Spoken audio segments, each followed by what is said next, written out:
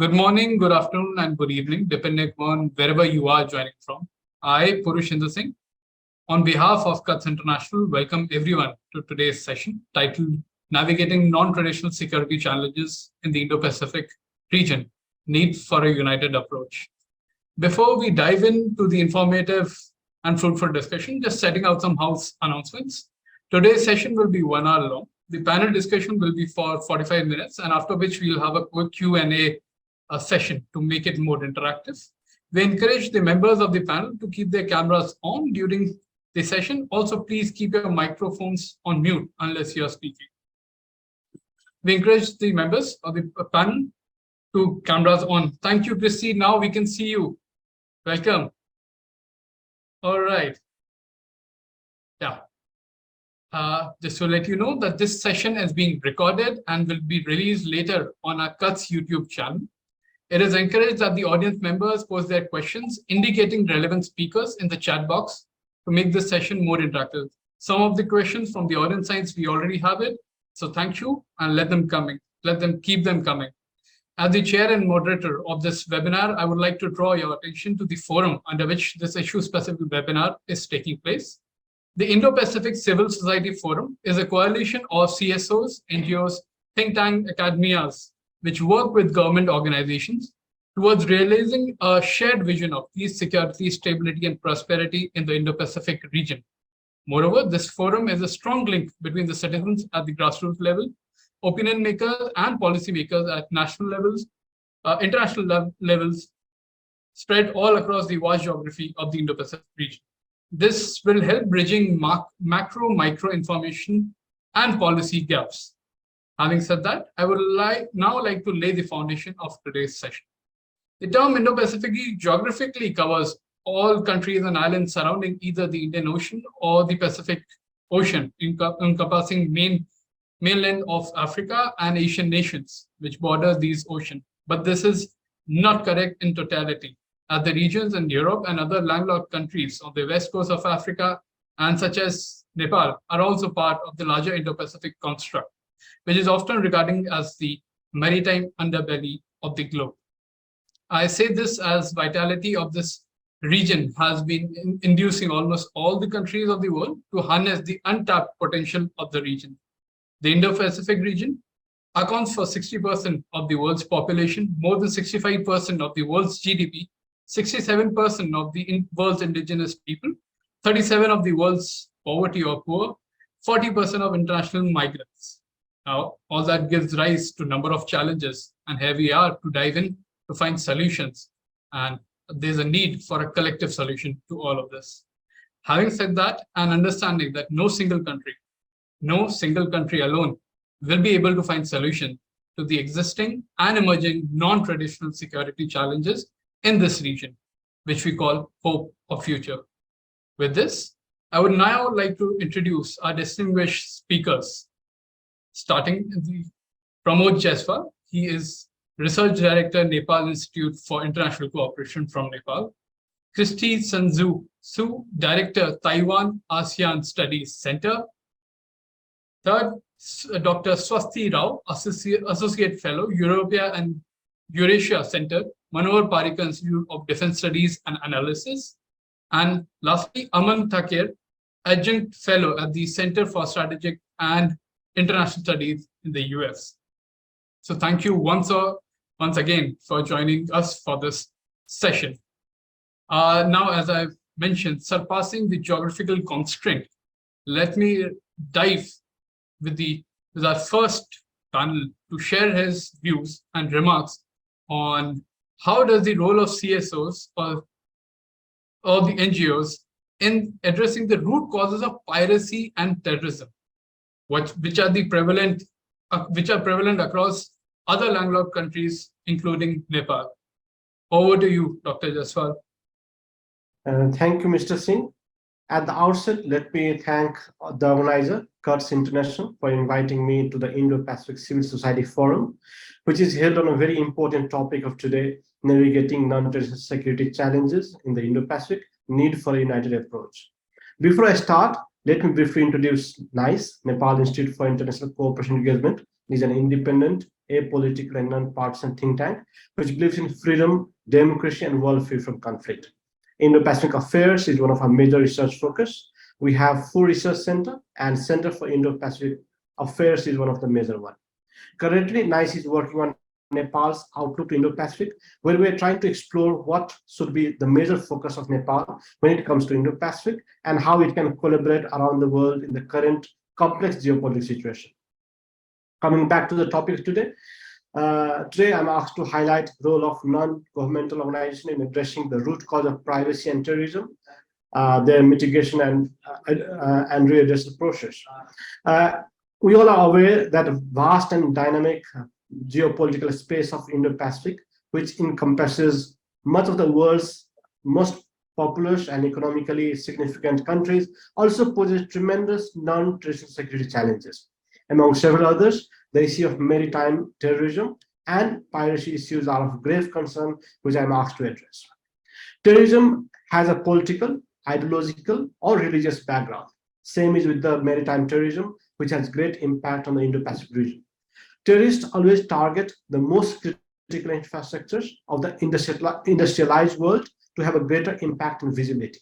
Their major focus is on choke points and mega harbors that can have huge impact on international trade. For instance, the strategically important Strait of Malacca is one of the critical choke points. It connects the Indian Ocean with the South China Sea and Pacific. It is the most significant trade route between the Far East, the Gulf State, and Europe. More than 90,000 ships use the strait every year, and 1/3 of the world trade, 80% of oil exports to East Asia, and 2/3 of LNG exports passes through the Strait of Malacca. Similarly, the largest port of Asia are Kobe, Tokyo, Yokohama, Busan, Shanghai, Kaohsiung, Hong Kong, and Singapore. And these can be on the target focus of terrorists in the Indo-Pacific region. Thus, the world trade is potentially threatened by maritime terrorism and piracy. Any kind of cooperation in this field would be well-founded and could be the basis for anti-terrorism measures and for joint anti-piracy missions. In the last couple of years, the good cooperation between Singapore, Malaysia, and Indonesia has successfully combated piracy in the region. Piracy, once rampant, has been largely exterminated between the territorial states, have themselves stepped up their anti-piracy efforts. These efforts include the Eye in the Sky and Malacca State Patrol, involving coordinated and sometimes joint Indonesian, Malaysia, Singapore, as well as CIER and sea surveillances and considerable information exchanges. They have also invited cooperation from outside powers such as India, the US, and Japan. Due to this, the number of hijackings of vessels have declined. That is also because the naval activities of a number of nations has improved security measures taken by shipping companies. There has not been any case of ships carrying armed contractors being hijacked. Similarly, pirate activities has also decreased drastically among the Indian coasts because last year the Indian Navy also started to increase their patrols, enhance surveillance, and joint patrols.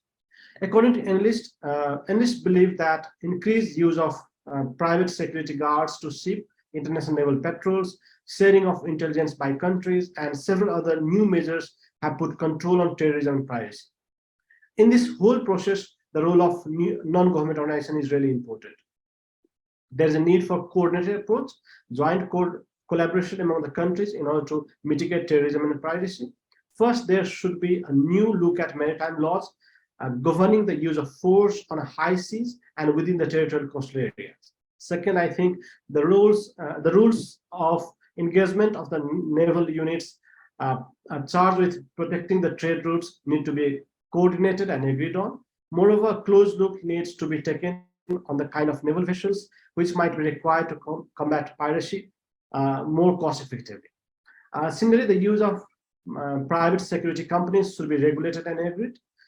Shipping companies also need to conform on the basis of security requirements when operating in dangerous areas and should at all times comply with due care for their cargo and crew. They should invest in superior defense technologies and measures should be taken to adopt active measures if required. The role of police and security services are important. They should actively combat these international crime groups involved in piracy at the earliest possible point in time in order to reduce the activeness of piracy. They should also prevent piracy from being used by terrorist organizations to advance their aims. The banking community should take a much closer look at money laundering and report all suspicious transactions to the authorities.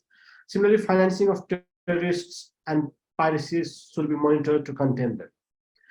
Countries should come with long-term plan to bring stability to Somalia and establishment of an effective Coast Guard and drawn up funding of support such initiatives. This should be a public-private partnership involving suitability qualified private security companies. Hence, the role of non-government organizations are significant. There are questions that I've received on the Council of Security Cooperation Indo-Pacific used to deliberate on the issues of security threat in the Indo-Pacific region, and what has been the outcome of a dozen of meetings in regard to cooperation on traditional threats. I think, actually, I'm not following it in detail, but it would be, it must deal on a track too, and all depend on how more these dozen of countries of the region are involved in this, how their deliberations at the non-government level has been able to provide impartial suggestions and recommendations of the track 1 dialogues concerning Asia Pacific, that is now Indo-Pacific. Similarly, looking at the role of CSO, I think the first, there need to be awareness among the people and policy groups. Second, debates and discussion to create environment for policy coordination. I think I'd like to end here, and again, thank the organizer for the opportunity. Thank you. Thank you, Dr. Jaiswal, for the second remarks. In the second round and during the question and answer, I would like you to stress more on the choke points as you address and the role of CSOs. The 1 and 2, as you mentioned, we are currently doing that. And going forward, which are the other areas and the role of other landlocked countries in Africa as well, such as Ethiopia, that would be really be welcome. Thank you. And moving on to the next, from landlocked to an island nation representative, we have Kristy. Kristy, also this century is known as the maritime century. And we are seeing that Taiwan is definitely becoming more and more important, especially for the countries which believe in the idea of the Indo-Pacific contracts for at least the past 5 years. Given your experience and Taiwan, could you walk us through what challenges does island nations face, especially in regard to the climate change, and what are the mitigating manners that can be addressed through this medium? Over to you. Okay, thank you very much. I would first like to thank the organizer for having me here, and just a very brief introduction of my organization, Zhonghua Institution for Economic Research. We are one of the leading policy-oriented think tank in Taiwan.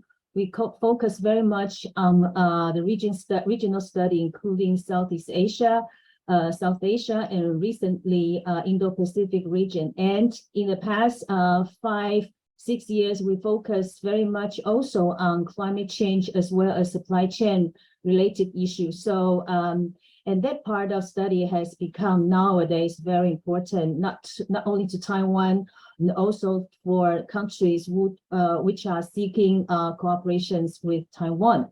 So I have a few points to make.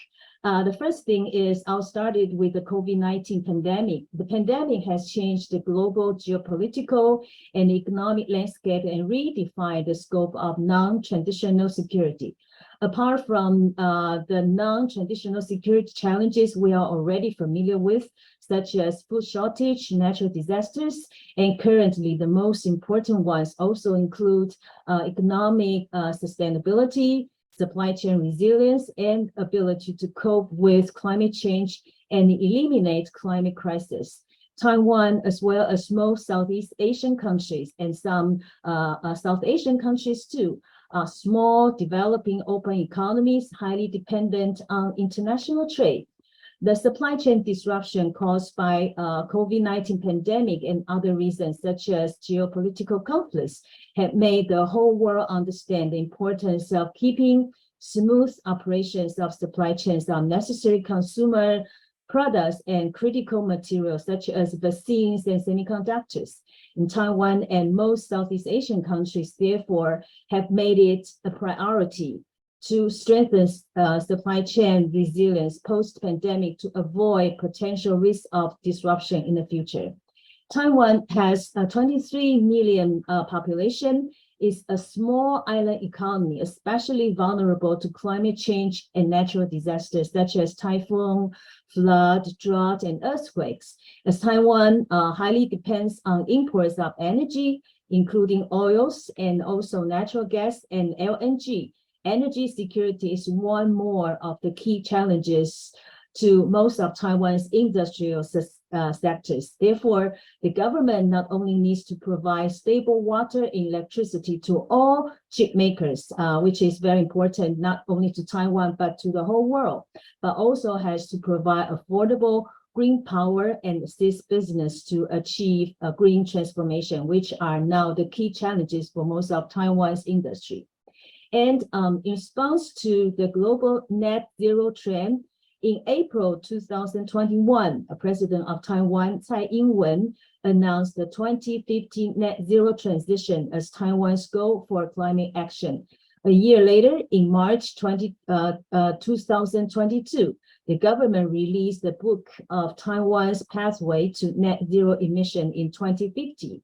In this blueprint, Taiwan will promote technology R&D and innovation in key areas, assist in the green transition of all industrial sector, and promote green growth as a new economic driver.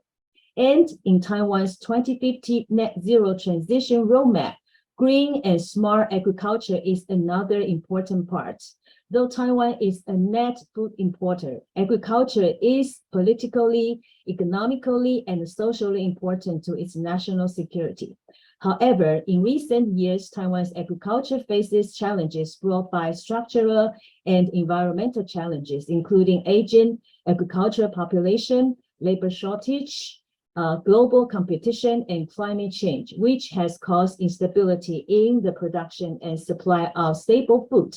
Therefore, the Council of Agriculture, recently upgraded to Ministry of Agriculture, implemented the work on agriculture production and biodiversity under the National Climate Change Adaptation Action Plan from 2011 to 2016.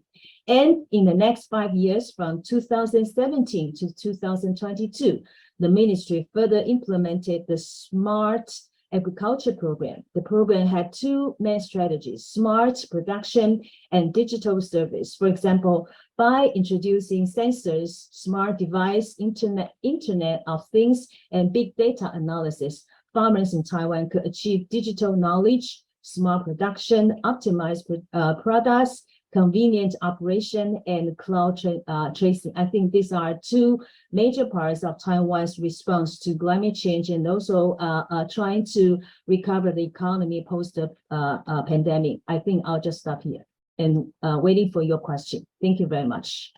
All right, thank you very much. That was very informative about how Taiwan envisions 2050 and with the smart agriculture. Also with this, currently you're sitting as the chair of ASEAN in Taiwan. How do you see on the pillar of IPEF recently the meet that included or got concluded on supply chain resilience and the APEC, Asia-Pacific Economic Cooperation, coming up in November? How do you see ASEAN pivoting between the two over there? Yes, thank you very much. I think that are very two important questions.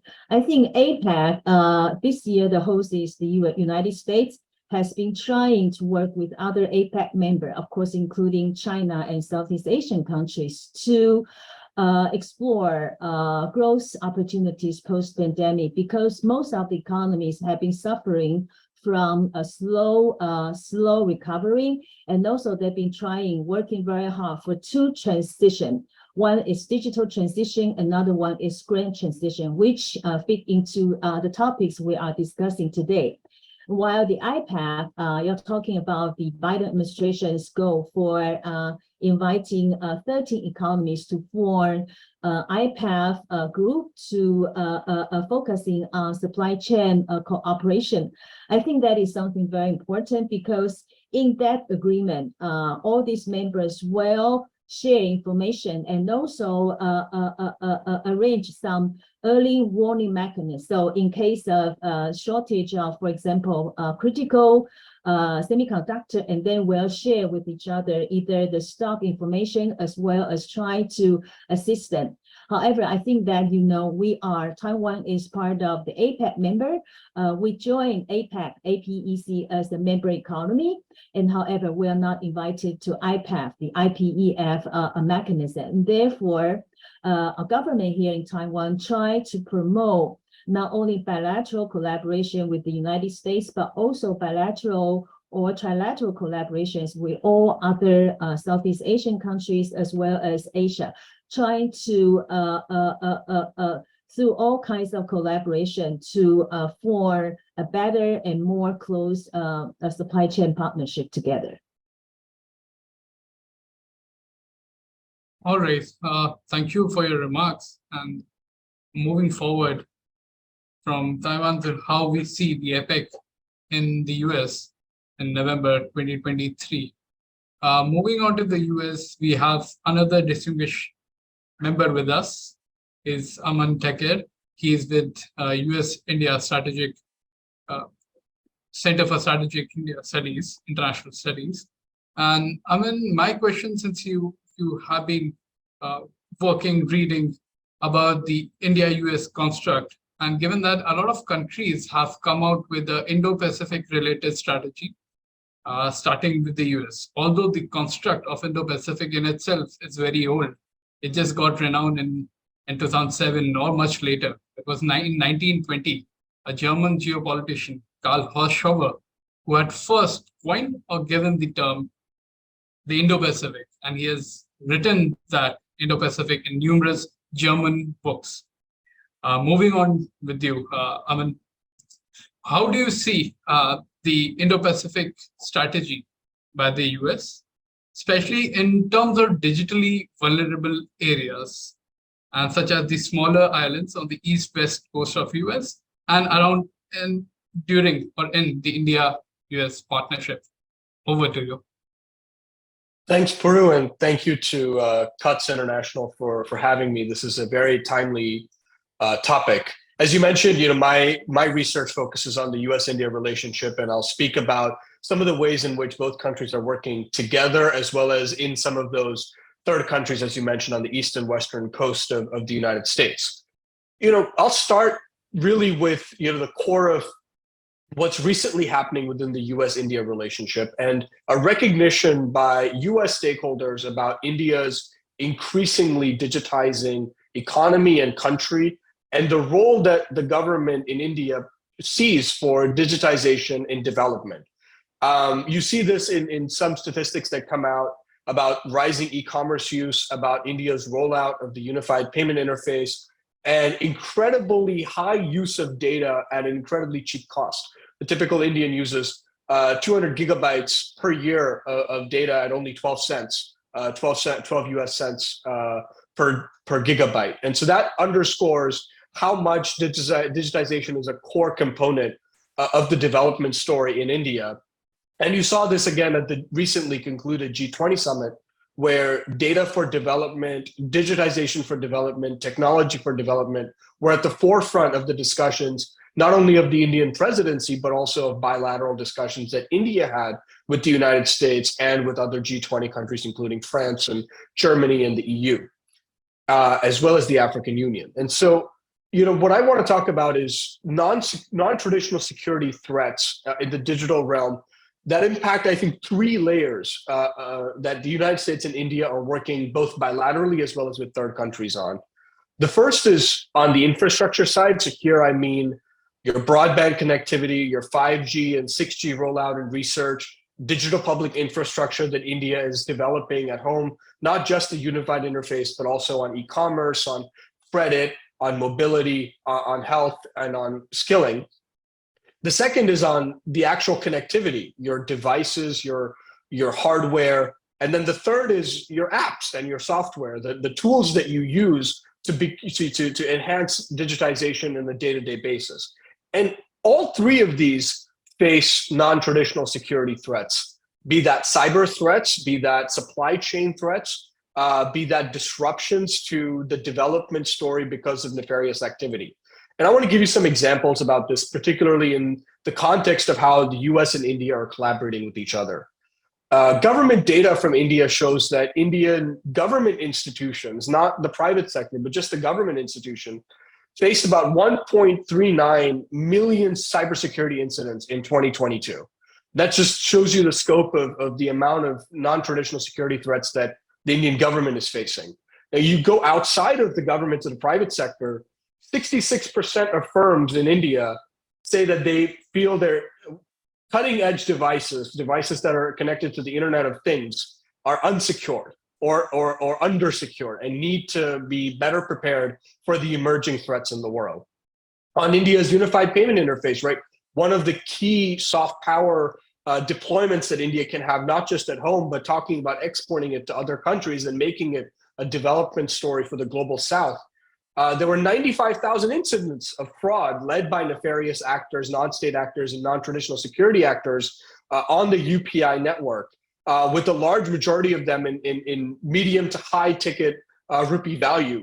98% of those transactions and frauds took place between the 0 rupee to 1 lakh rupee spectrum. And so that underscores the nature of the threat. So what are some of the countries doing about it?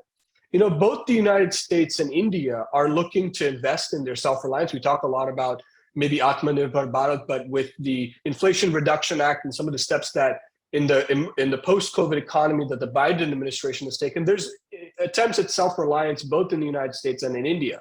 In India, you've seen PLI schemes, you've seen bilateral coordination on cybersecurity and defenses. You're seeing a greater push to onshore and homeshore semiconductor supply chains. As Kristy mentioned, the importance of semiconductors in Taiwan, the same conversations happening between the United States and India. You're also seeing both countries increasingly talk about trusted sources and trusted jurisdictions. And this, again, goes to something that CUTS has been very early on, the T in CUTS clearly standing for trust.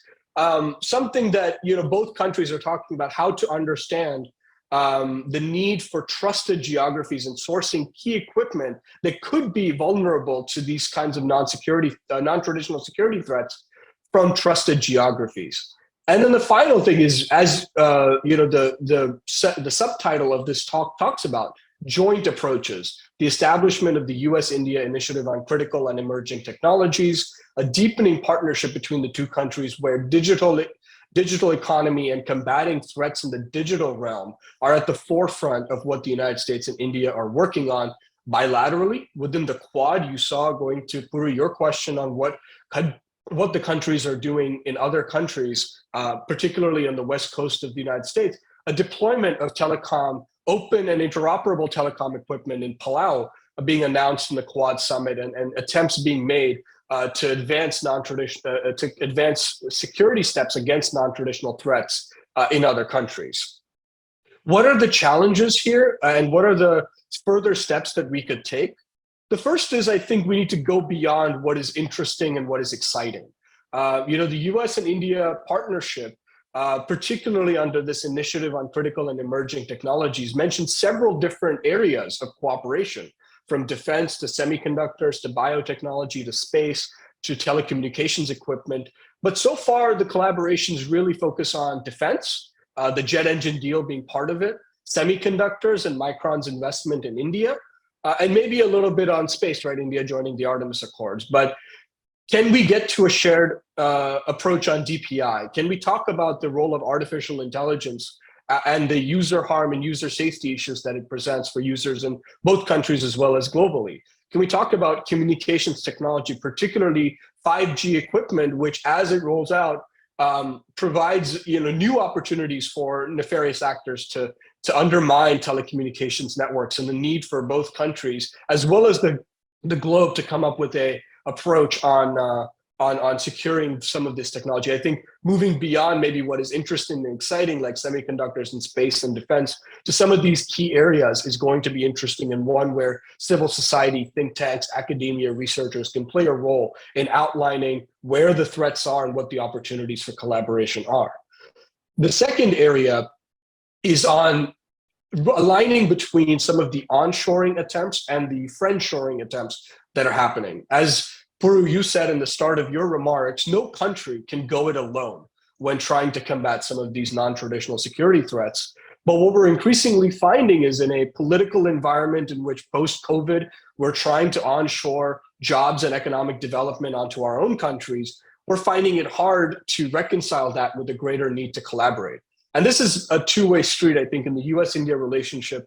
In as much as US companies talk about how hard it is to enter India with some local content requirements or some of the specific India-specific requirements that India puts up, the United States similarly in its Inflation Reduction Act and some of the key steps that it has taken has domestic content requirements and domestic players taking the lead that Indian players have found a difficult time to manage. And so reconciling this is going to be important.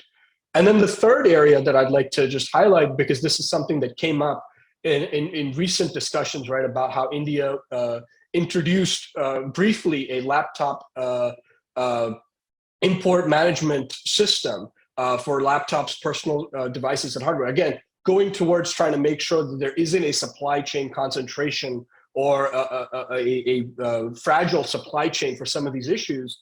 We saw what I like to call policy by jhatka, a surprise policy decision that affected the ability for the two countries as well as other countries to play a role in creating a joint approach. So these policy decisions by surprise or by jhatka are only going to undermine efforts to do some shared work and shared collaboration in combating some of these security threats. If India has a concern on some of these areas of concentrated supply chains coming out of an untrusted geography, a need to collaborate and bring its partners along is something that can help advance some of the collaborations in this space and create that joint effort that we're here to discuss in this webinar. So I want to pause here and just make sure that if there are any questions or further discussions that Puru you have or some of the attendees have.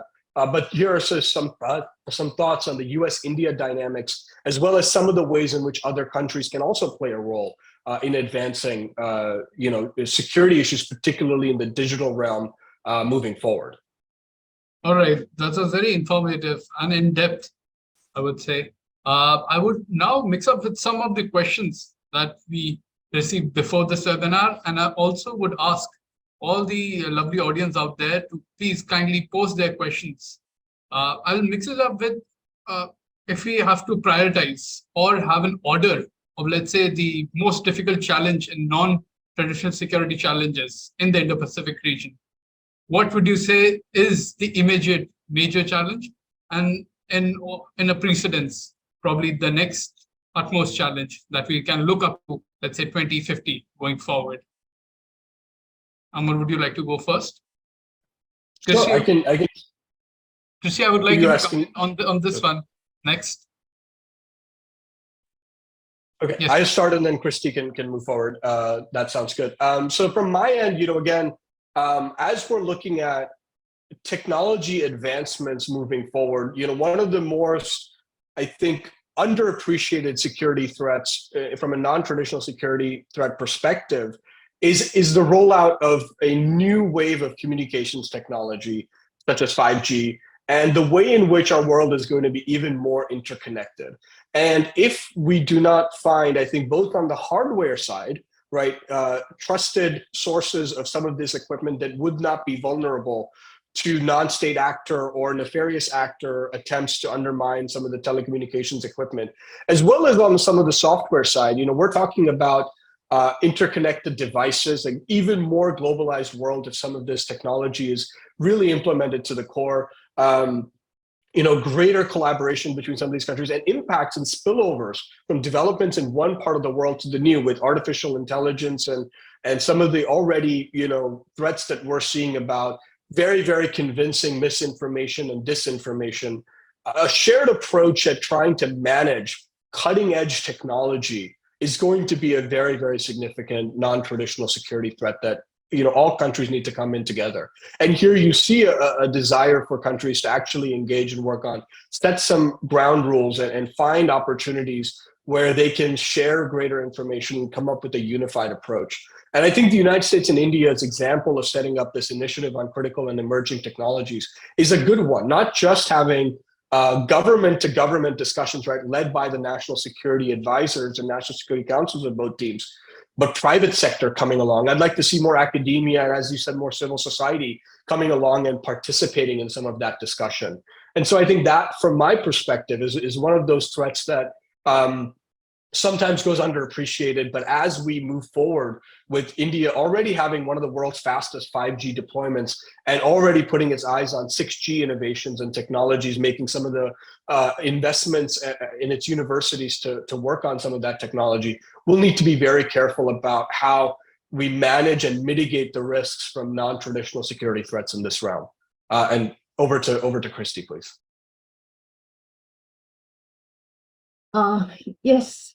I think, of course, we have non-traditional security concerns as well as security concerns in Asia Pacific, right? Because we have cross Taiwan Strait, we have this issue immediately next to our door. And apart from this, I think in this region, of course, climate change is one very important issue, because if you look at all these economies in this region, Philippines, Myanmar, Vietnam, even India, I mean, we are very much vulnerable to a climate crisis, and that will create a lot of problems, which we are now, even with the advancement of technology, and we do not have the ability to handle this. And the second thing that is not very often mentioned is the demographic issue. For most of the, I mean, India is, of course, you are a very young country, but in Thailand, Singapore, Malaysia, Taiwan, Korea, and Japan, we all have declining aging population. In Taiwan, 2 years ago, we started to have the decline. We started to have declining population. So right now, this aging population is one key issue that we do not know how to deal with. And the third will be, I would mention, because I do economic research, I think it's the rise of protectionism as well as nationalism. So you heard about this cheap nationalism, and also you heard about this a large economy using their economy as a weapon to weaponize the economy by economic coercion, as well as many other threats and sanctions. So I think all these are the falling into the ring of non-security challenges, which needs a lot more dialogues, and those dialogues among different parties as well as collaboration. So far, I don't see that is going smoothly, because you do have groupings, different groupings with different interests. And for example, I mean, Taiwan, we are the largest chip maker in the world, but we are, as mentioned, we are not invited to the IPAF, to U.S. Indo-Pacific strategy. We are also not invited to, for example, the CPTPP, etc. So we need to put politics aside, trying to think of the national security and try to have as much collaboration as possible. Yeah, that is my point. Thank you. I absolutely agree with both of you here that we should be moving out of the regionalism or the groupism, so to say, if we have to face the challenges and come out with solutions. Climate change, yes, there's no denying that the problems that it is causing. Kristy, combining both your remarks, the first and the second one, since you mentioned the smart agriculture during your first remarks, how do we tend to take the learnings of Taiwan, of smart agriculture, to the smaller islands that are at the brink of climate change? So to say, the maximum funded ones. Over to you, because that is one of the idea of such a forum, that we are having this dialogue to take forward the lessons that we learn. So over to you, Kristy. Okay, thank you. So I think for Taiwan, we are a very open economy. So international trade of foodstuff and all these things is a necessity. However, we also understand that either the COVID pandemic or other reasons may force the international transportation fail to operation, and therefore it is very important to have sufficient reserve in the country. So after the pandemic, Taiwan, we used to have certain level of reserve. Right now, we try to increase the reserve, both for food reserve as well as energy reserve, because we foresee so much threats now that never appeared 10 years ago. And the second thing is to make the best of the technology. In Taiwan, we have very scarce, very limited land. For example, we also have aging agriculture population. So the most important thing is to take advantage of technology by big data, by AI, as well as by all kinds of technology. So they really help the farming sector to maximize their production, as well as to reduce, for example, waste, agriculture waste. And then the third point is the government here, as well as the agriculture sector, always have a plan for international cooperation. For example, in the past few years, probably you heard about this New Southbound policy. We have 10 Southeast Asian countries, as well as India and other South Asian countries under the New Southbound policy. We try to work, for example, with Indonesia. And then we provide technology, equipment, and also all these resources. And they provide land and also human resources. So we discuss, and then we build this kind of overseas food base. So when something come up, and that crop can be shared between Indonesia and Taiwan. So I think that is one of the reason, one of the method that Taiwan tried to secure food supply, not only from Taiwan itself, but also from other countries which we consider more supportive of Taiwan. So these are the three main points that Taiwan have been using to maximize its agriculture sector in Taiwan. Thank you. Thank you. Aman, the next question is for you, and I'm going to mix two questions. One is by Ming Yang. So which regional or multilateral forum can contribute more effectively on solving non-traditional security challenges in the Indo-Pacific? I'll mix it up with the other question, which is from Ani Agnihotri. What is the extent the US is going to operate in the Indo-Pacific region in case China's aggression is not contained in the near future? And given that Kristy mentioned that Taiwan is not invited or not part of the IPEF currently, so what do you suggest? And going forward, over to you, Aman. I know there's a lot of demanding from you, but yeah. No, these are two big and important questions, and I'll try and answer them in sufficient detail, but happy to dive in, Puru, as you and others think we can go a little deeper as well.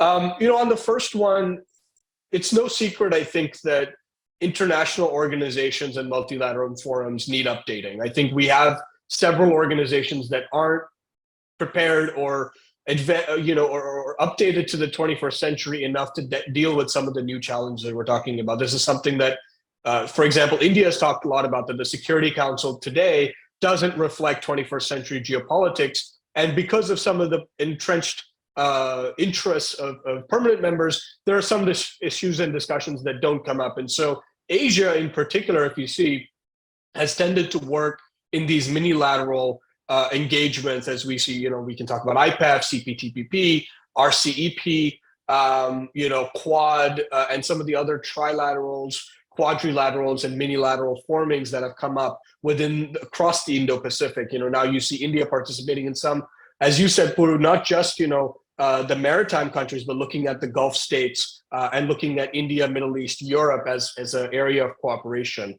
And so, so far, it's there where the action is within the Indo-Pacific.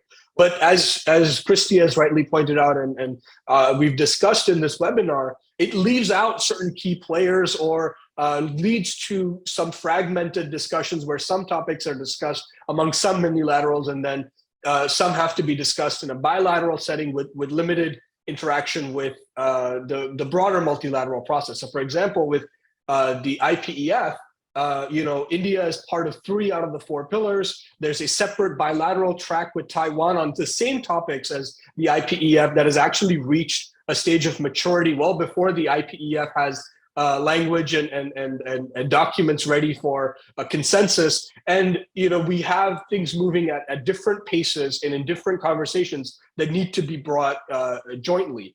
And part of that just requires, I think, updatation of some of our multilateral institutions. And I think that's why you saw in the G20 discussion led by India, for example, a need to update some of the multilateral development banks to create resilience in some of the economies, a need for the global south to maybe have a greater voice in some of the multilateral discussions that are happening. So I think this is going to be an issue that continues to be in flux, but that at least addresses, I think, some of where the discussions are happening today and why sometimes international organizations aren't at the forefront of what we talk about in terms of security challenges, both traditional and non-traditional, within the Indo-Pacific.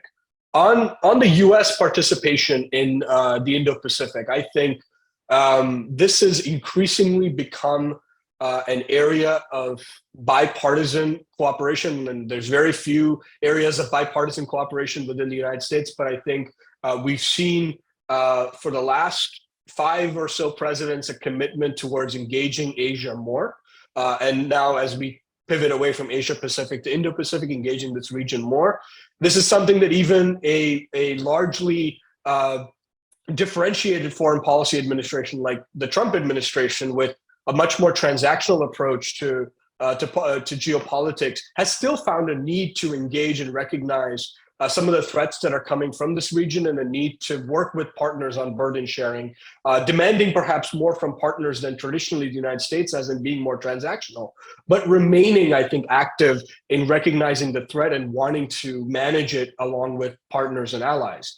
And so I think here, the United States, based on some of the continuity that you see in terms of the way administrations have talked about it, the policy documents that have been released by successive administrations, and some of the attention from both the president to the cabinets to the working level officials paid to Indo-Pacific coordination and cooperation, I see that the United States is going to continue to be present for some of these countries. Now, within that presence, there may be differentiated as we see some of the political dynamics in the United States affecting foreign relations. And I think there are questions in each of the capitals about what the upcoming election might mean for US commitment towards the Indo-Pacific, and how that might manifest, the Biden administration taking a very traditional hub and spoke approach, working with partners and allies, hosting, for example, the Japanese and South Korean leaders to make sure that the allies are working together, engaging the region through the IPEF and other mediums, raising the Quad to a leaders level summit.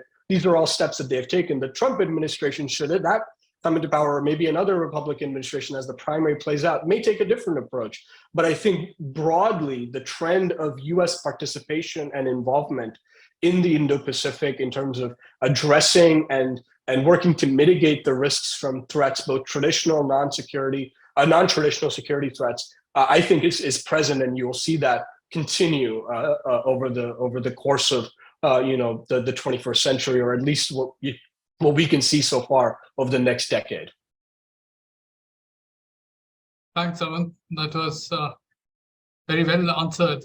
There's another question from Mr. Kanan Rajtham. How can we convince the large countries to focus more on economics than on geopolitics? I'll answer that. So Indo-Pacific construct, as we are aware, is from smaller island nations to middle powers to larger countries. We cannot be leaving any country outside of the Indo-Pacific region if we have to find solution. That includes China. So we need to find constructive, collective solutions going forward. With this, we have almost come to the end of our very informative session. Before that, I would like to call upon now Kiran, are you with us?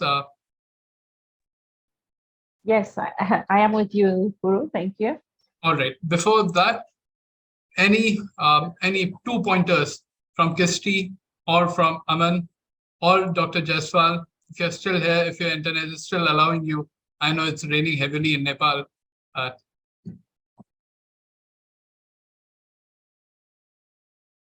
Nothing from me. Thanks. Back to you, Puru. All right. I would like to call upon Kiran Meetarbhan. She's Director, CUTS International, to deliver her closing remarks. Over to you. Thank you, Puru.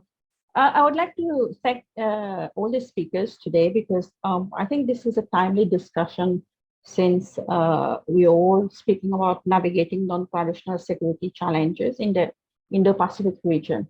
I'm a Mauritian citizen, so I'm from Mauritius. So whatever has been discussed here, I think is of great relevance to us as well. So you have been speaking of topics like piracy, terrorism, climate change affecting Taiwan, which is similar to us. So I would like to share a bit our experience on that matter. So as the first speaker, Mr. Jaiswal, mentioned about piracy. So we all know that in the Indian Ocean region, the Somali-based piracy has been for several years a security concern to the whole Indian Ocean region. I mean, it was a threat for commerce, it was a threat for security and peace in the whole region.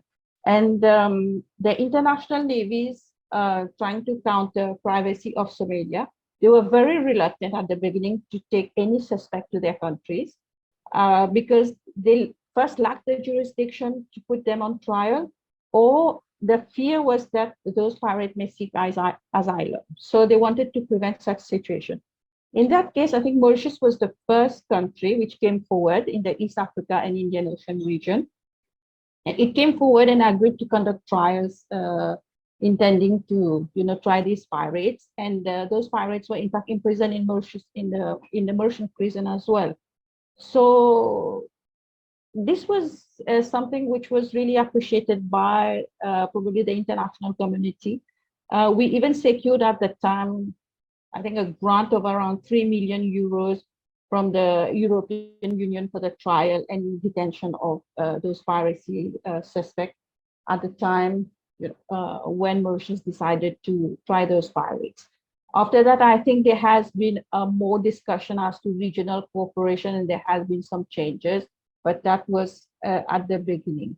So as researchers have indicated that the root causes, like the indicators of poverty and institutional fragility, which correlates, of course, with piracy. There are also research which also indicate that piracy is connected to armed insurgency. There are lots of disturbance in the African region, as you all well know. So rebels in these African countries, they seek resources to help fund their action. And now this is linked to what we're going to call terrorism also. But there has been lots of international cooperation, the civil society, the NGOs, which have played an active role on aspect of preventing terrorism, for example. So if I take the example of Mauritius, for example, the NGOs have contributed a lot. So you all probably know that Mauritius is a multiracial society. We have a mix of people of Indian origin. We have the Muslim, we have people of Chinese origin alongside, and the descendants of the slave, which is called under our constitution, the Creole community. And we also have a few descendants of the colonial masters, which is mix of French and British, and which controls the whole economy. So living in peace is of very importance because we are a financial services sector, so political stability is important to us. It's in fact one of the main attraction for international investors. So the United States or even the United Nations has from time to time indicated that there may be a threat of terrorism in Mauritius, and we thank God nothing has happened in spite of the fact that it has been indicated that probably that risks are there. But there has been an important role played by the NGOs. So I'm going to speak about NGOs because we're going to stick to that subject. So an important role played by the NGOs, to perform valuable community functions. So in fact, they have acted as a catalyst in the development of opinions, ideas that is vital for building strong and vibrant communities in Mauritius. They have provided forums where experiences were shared on a personal level, civil society institutions and the NGOs contributed to healing community rifts whenever there is any which may be arising, any tension which were palpable, the NGOs have intervened really to heal those tensions. They have been engaged also in outreach activities. They have taken proactive steps to address the root causes of terrorism, potential terrorism in Mauritius. Well, another issue which Kristy has been talking about is the impact of climate change. So Mauritius, just like Taiwan, is a small island state. So we have limited resources. It's a small country, you cannot expand your land. So, and we are very, very vulnerable to climate change. Especially we have felt, because Mauritius depends a lot on its agricultural sector and on its tourism sector. In fact, the tourism sector is the main foreign earning sector in Mauritius, which is followed by financial services and agriculture. So the impact on the climate change, impact on those different sectors, agriculture and the tourism sector has been felt very strongly in Mauritius. So we have been witnessing constant flooding. So that has become a serious issue, such that the Prime Minister's office has instituted a disaster management committee. We have been witnessing severe droughts, which has affected the country's agricultural sector, but climate change has also affected the fishing industry. So the impact has been on food security. And of course, COVID-19 has added to this, the Ukraine war has added to this as well. What Mauritius is doing is taking a holistic approach. So it is addressing issues like water scarcity, it is investing in renewable energy to address those food security issues. So it is also committed to reduce greenhouse gas emission from the agricultural sector. And just like Taiwan, we rely largely on the fishing industry, but however, fishing in Mauritius is more for local consumption rather than export. In fact, we have a big economic exclusive zone, but which is exploited by Taiwan, for example, or China, because we don't have the necessary facilities to do that, though now there is negotiation, I think, with the Indian government and other agencies to try and exploit high sea, what we call the high sea fishing. But right now, fishing is basically for local consumption. And there is a huge community, there is lots of livelihood which depends on those local fishing industry. So they have been deeply impacted by climate change as well. Mauritius has partnered with the UN and the EU now to empower those artisanal fishers to move out of exploited lagoons. There are several measures. I mean, we are short of time, but there are several measures which have been instituted, to address those issues. So in its Vision 2030 plan, Mauritius aims to transform the country into a high-income economy by 2030. So the ocean economy has been identified as one of the main sectors which will play a key role in this transformation. And this relates to developing Mauritius as a regional fishing center, a regional petroleum hub, have a cruise terminal, but more importantly, to drive and implement projects related to the blue economy. So we have been investing in protecting our marine life and reef barriers, our aquaculture, which we have, which is both off lagoon and in lagoon aquaculture. There are lots of incentives which are being given to investors to come and invest in these sectors. And we are also trying to partner with whoever is interested to exploit the marine renewable energy. So these are the different sectors that Mauritius is looking into to address the new challenges which is ahead of us. I understand there is no shortage, of course, of forward-thinking business, industry group, and scientists, to put their mind to settle to bring whatever is at stakes, whatever the blue economy into existence. So I think the cooperation of all stakeholders and a unified approach, united approach is needed here.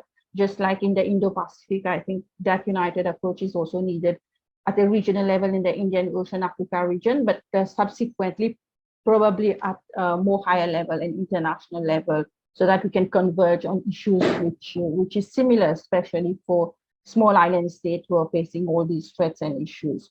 So with this, I would like to take the forwards of this, the learning of this webinar to address the challenges faced by all of the stakeholders. So over to you, Puru. Thank you very much, Kiran, for putting out the perspective of Mauritius. Now, as we are running out of time, we are also running out of the solutions that are laid on us and on our table. With this, with the completion of this webinar and the closing of webinar, I would also like to tell our audience who have been patient enough, some of the questions have been unanswered, but we'll try to answer them by our action going forward. With this, we'll have a report and the outcomes of this webinar and how we can have multifaceted solutions to these issues that have been discussed today to the other members of Indo-Pacific Civil Society Forum. All right, thank you once again, Aman. Thank you, Kristy. Thank you, Kiran. Thank you, Dr. Jaiswal, and the team and the audience for being here, for being with us. And have a good day wherever you are. Good night. If it's night, good morning, and have a good day.